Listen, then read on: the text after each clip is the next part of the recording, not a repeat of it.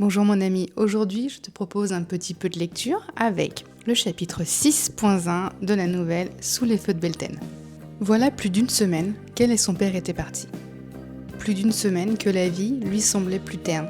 Il occupait ses journées entre l'atelier de ses parents et leur boutique, et les soirs, il passait prendre des nouvelles de Madame Oldstone. Edran avait pris la mesure de ses sentiments pour Cécilia. Il imaginait un avenir chantant à ses côtés. Il avait réalisé, quelques semaines en arrière, que ce qu'il ressentait allait bien au-delà d'une simple amitié, aussi forte soit-elle. Au début, il avait eu peur. Elle partageait sa vie depuis toujours, et ce qu'ils avaient était précieux. Il ne voulait pas tout perdre pour un béguin. Mais il s'était rendu compte ensuite que c'était bien plus. Lorsqu'il avait appris qu'elle s'apprêtait à partir si loin et si longtemps, il avait ressenti une vive inquiétude. Comment allait-il supporter le manque ? Et puis, il y vient moyen pour tester leurs sentiments, à lui comme à elle. Aussi, sur un coup de tête, il lui avait offert le bracelet et il avait vu qu'elle aussi ressentait ce trouble. Fort de ce souvenir, il attendait avec impatience son retour. Les jours qui suivirent le départ de Dunmere furent étrangement ternes pour Aidan et Cécilia. Il ne comprenait pas la peine de sa fille, mais il faisait de son mieux pour occuper son esprit.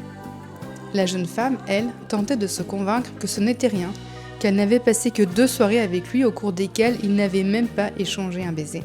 Pourtant, chaque pensée le ramenait là-bas. Chaque souvenir lui rappelait son rire, ses yeux, à cette impression insensée d'avoir trouvé quelqu'un qu'elle connaissait déjà sans ne l'avoir jamais vu. Elle ne comprenait pas pourquoi cela faisait si mal. C'était absurde et elle était ridicule de croire en ces choses-là. Et puis, il y avait le fidèle Edran. Elle regarda le bracelet pour se raccrocher à une réalité tangible. Mais le vide était là, tenace et douloureux. La nuit, elle revoyait la chaleur des feux, leurs mains jointes, la manière dont il la regardait, comme si le monde s'était arrêté autour d'eux.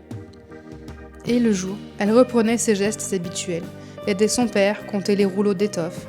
Mais son esprit restait ailleurs, suspendu entre ce qu'elle avait vécu, ce qu'elle avait laissé derrière elle et ce qui pourrait advenir. Logan, lui, avait essayé de reprendre le cours de sa vie. Les patrouilles, les entraînements, les devoirs de son rang. Mais tout lui paraissait fade. Il faisait bonne figure, plaisantait avec ses hommes, mais dès qu'il se retrouvait seul, le silence lui pesait. Il repensait à elle, à son sourire timide, à la légèreté de leur dernière conversation au château, à ce baiser qu'il n'avait pas eu le temps d'échanger.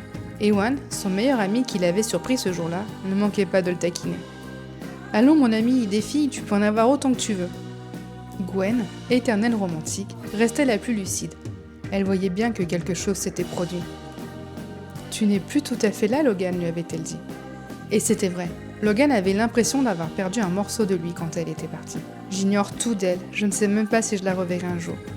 Mais ce que je sais, c'est que rien ne sera plus pareil. Pour la suite, ça se passe sur Wattpad, Sous les feux de Beltane.